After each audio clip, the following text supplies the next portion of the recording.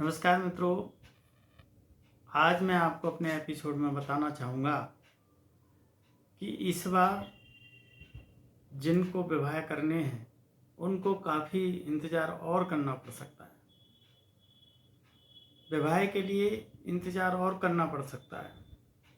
इस बार कोरोना महामारी ने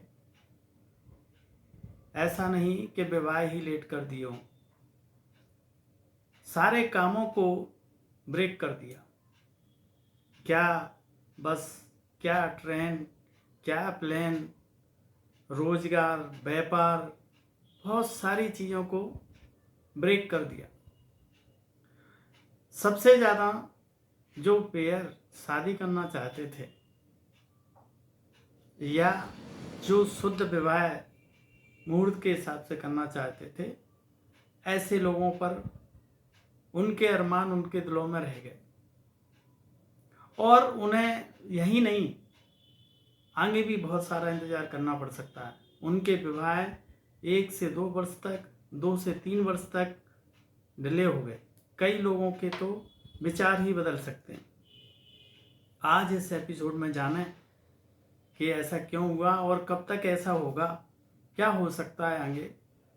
आप इसे पूरा देखते रहिए और अभी तक आपने इसको सब्सक्राइब और लाइक न किया हो तो आप इसे अवश्य कर दें, क्योंकि आपको लाइक करने में, सब्सक्राइब करने में कुछ आपका जाता नहीं है और मेरा उत्साह बढ़ता है। मैं आपको नई नई जानकारियाँ देता रहूँगा।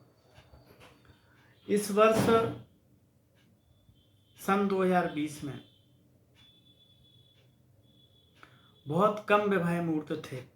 जैसे ही मुहूर्त आना शुरू हुए वैसे ही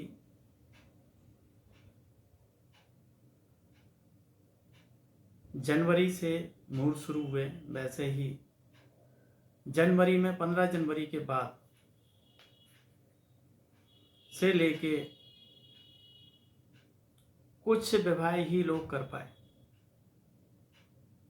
फरवरी में लास्ट में कोरोना महामारी आना शुरू हो गई और जितने 15 जनवरी के से फरवरी तक, लास्ट तक जो विवाह कर सकते थे उन लोगों के विवाह हो चुके। मार्च में धनु मलमास होने की वजह से विवाह मुहूर्त नहीं थे। उसके बाद 19 अप्रैल से विवाह मुहूर्त जैसे ही शुरू हुए तो मार्च में विवाह मुहूर्त थे ही नहीं, हो नहीं पाए।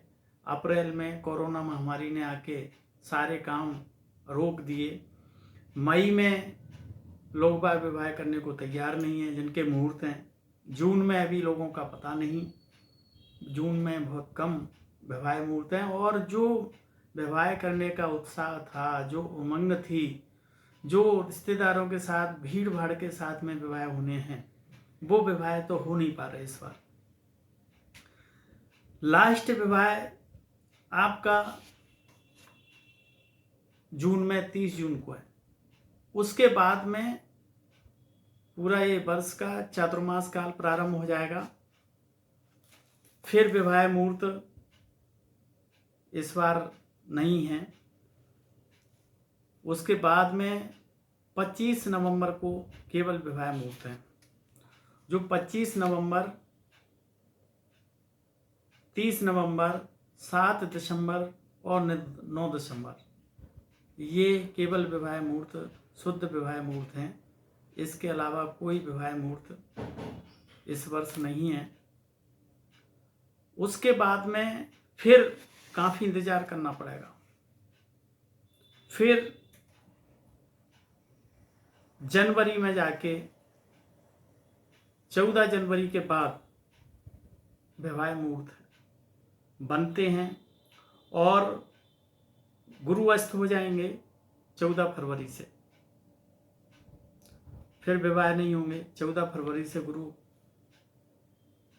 14 फरवरी तक गुरु अस्त रहेंगे और मलमास लग जाएगा जनवरी में 15 दिसंबर से 14 जनवरी तक। फिर गुरु अस्त रहेंगे 17 जनवरी से 14 फरवरी तक। फिर शुक्र ग्रह अस्त रहेंगे 13 फरवरी से 18 अप्रैल तक। इसी के बीच में मीन मास भी आ जाएगा, इसी के बीच में होलाष्टक भी आ जाएंगे। तो फिर आगे चल के विवाह मुहूर्त पूरे सीजन में है ही नहीं। जो सम्मत आएगा नया, नए पंचांग आएंगे, उसमें विवाह मुहूर्तों को देखा जाएगा। आगे फिर अप्रैल में 15 अप्रैल के बाद जो मुहूर्त बनेंगे वो बनेंगे। जब तक जिन लोगों के संबंध तय हो चुके हैं उनको काफ़ी इंतज़ार करना पड़ेगा शुद्ध विवाह मुहूर्त के लिए। शुद्ध विवाह मुहूर्त मिलना बड़ा मुश्किल है। फिर कोई बसंत पंचमी का करेगा, कोई फुलेरा ध्वज का करेगा, कोई अक्षय तृतीया का करेगा, कोई भड़रिया नमे का करेगा। इस प्रकार के विवाह मुहूर्तों में इस बार काफ़ी भीड़ रहने वाली है। तो अभी अगर आप लोग जो अबूझ मुहूर्त के विवाह करना चाहते हैं, जैसे देवउठान एकादशी, बसंत पंचमी, तो फिर इनको आप पहले से ही अपने स्थान को सुरक्षित कर लें, क्योंकि विवाह मुहूर्त इस बार कम हैं। और जिन लोगों के विवाह टल गए वो लोग भी अपना विवाह करना चाहेंगे तो ऐसे समय पर ही करना चाहेंगे जो अबूझ मुहूर्त हो, जैसे कि देवउठान एकादशी। उसके बाद में इस बार 25 नवंबर 2020 को है। उसके बाद में बसंत पंचमी, फुलेरा ध्वज, अक्षय तृतीया, फिर आगे भड़रिया नम है। तो कुछ लोगों को तो विवाह 1 से 2 साल तक, कुछ लोगों के 2 से 3 साल तक लेट हो चुके हैं। आज के एपिसोड में मित्रों इतना ही। आगे आप मेरे एपिसोड को देखते रहिए, लाइक करिए, सब्सक्राइब करिए। मैं आपको नई नई जानकारियाँ प्रदान करता रहूँगा। आज के में इतना ही। धन्यवाद।